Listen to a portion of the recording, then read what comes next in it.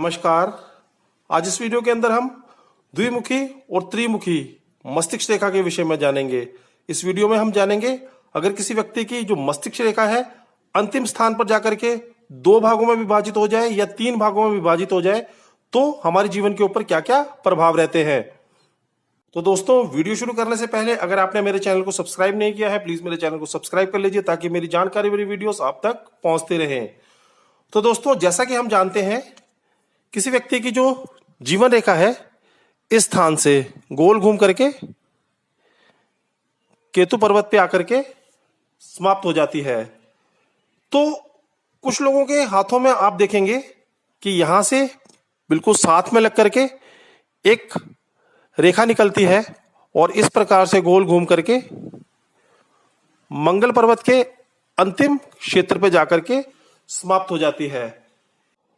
तो इस प्रकार की मस्तिष्क रेखा के विषय में मैंने आपको बताया था कि जिन लोगों के हाथ में इस प्रकार की मस्तिष्क रेखा रहती है वो बहुत ही अधिक समझदार व्यक्ति होते हैं, बहुत ही बुद्धिशाली लोग होते हैं।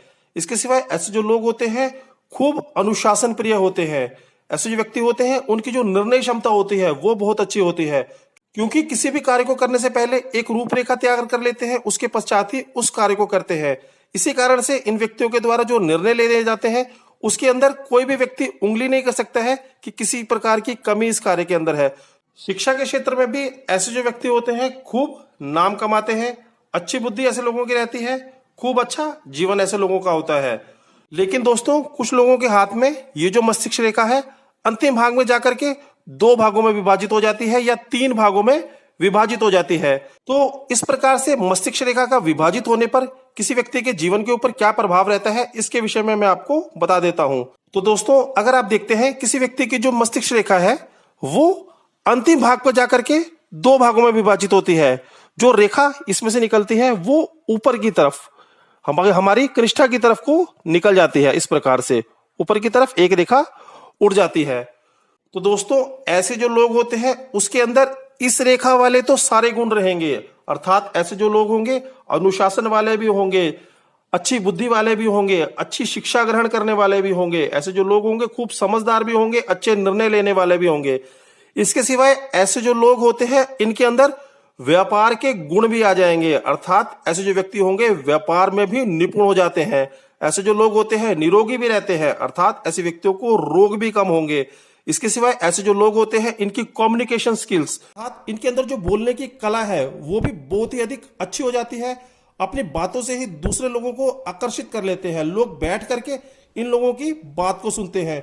इसके सिवाय अगर मस्तिष्क रेखा से जो ये रेखा है बुध पर्वत की तरफ गई है तो ऐसे जो लोग होते हैं अपने पिता के ऊपर जाते हैं, अर्थात जिस व्यक्ति का आप हाथ देख रहे हैं उस व्यक्ति का जो स्वभाव होगा वो उसके पिता के ऊपर होगा। तो इस प्रकार से अगर किसी व्यक्ति की मस्तिष्क रेखा गोल घूम करके मंगल पर्वत के अंतिम क्षेत्र में पहुंचती है और एक रेखा बुध पर्वत की तरफ चलती है तो ऐसे व्यक्ति के अंदर ये गुण हो सकते हैं।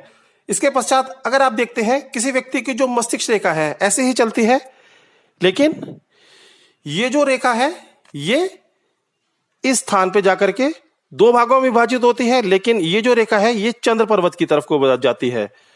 तो दोस्तों, ऐसे जो लोग होते हैं खूब कलात्मक होते हैं, विभिन्न प्रकार की कलाएं ऐसे लोगों के अंदर रहती हैं, अच्छी स्मरण शक्ति वाले ऐसे लोग रहते हैं।